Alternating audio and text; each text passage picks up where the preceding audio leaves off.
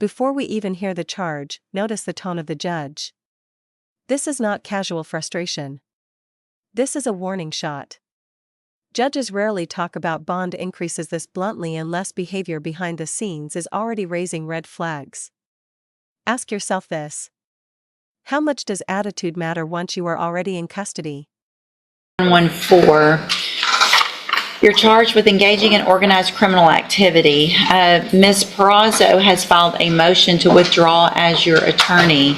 And so do you have any opposition to me allowing her to withdraw? Quick legal pause here.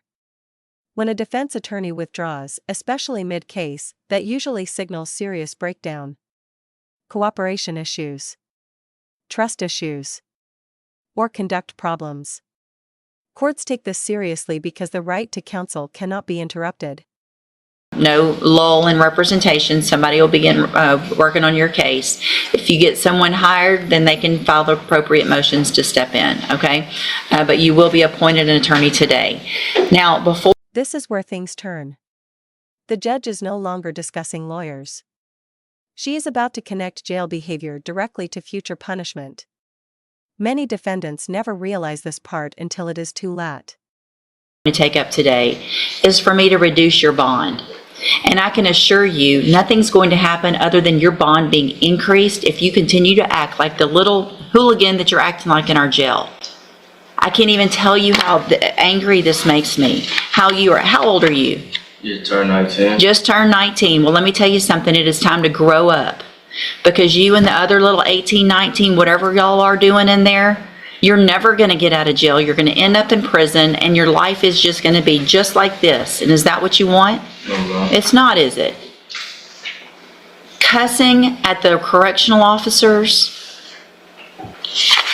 laying in bed because you don't want to get up, staying up late because you don't, you know when you get to sleep late? When you're at home because you're not in jail for violating the law. That's when you get to sleep late. That's when you get to make your own decisions. You don't get to make those decisions right now. And I get a report every single time you're acting up. And you're going to keep coming in front of me with another lawyer, and it's the same thing. The DA knows about these, and if you think that's going to make them want to be nice and offer you some great deal on your case, it's not. All it's going to make everybody want to do is something worse to you. So starting today, if you think you want something good to come out of your case and you want some possible good treatment and to get out and to be able to live a life like the rest of us, start proving it starting today in jail.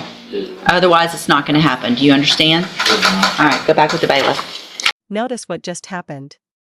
No ruling on bond reduction. No sympathy. Only consequences.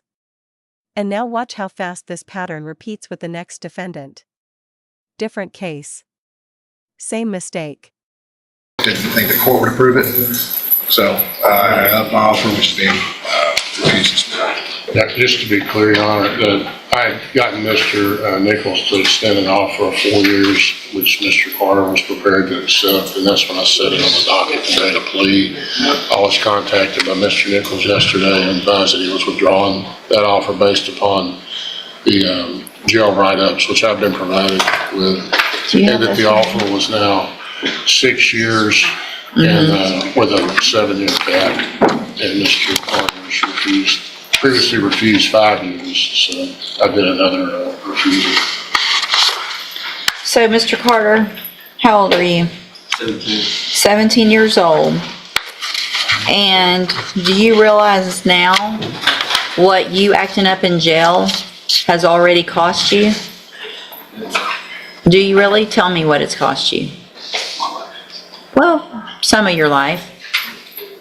But you had already talked about a deal in your case that sounds like you were going to accept. Is that right?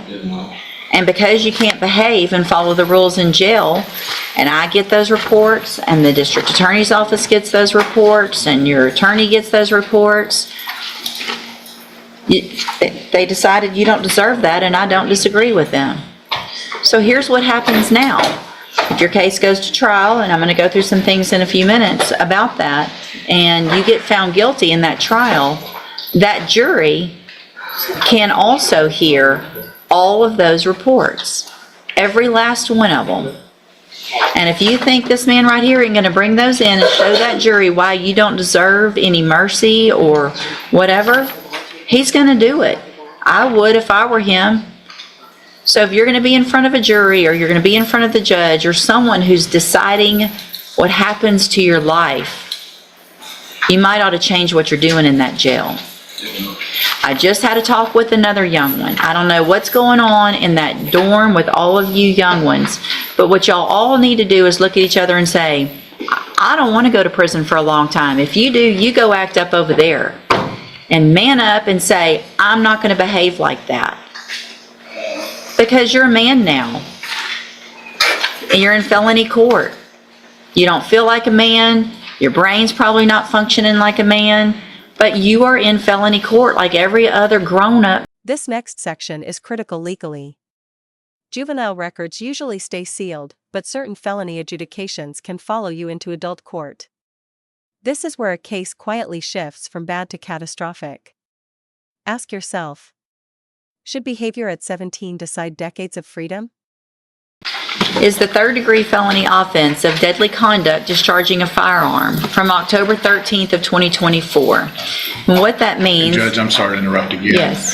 He has a juvenile adjudication, which he is actually on parole for. Felony conviction. And that's a felony conviction. My understanding, and I need to file the proper notice, my understanding is that can be used to enhance him to a second degree. I don't think it precludes him from maybe getting probation from a jury.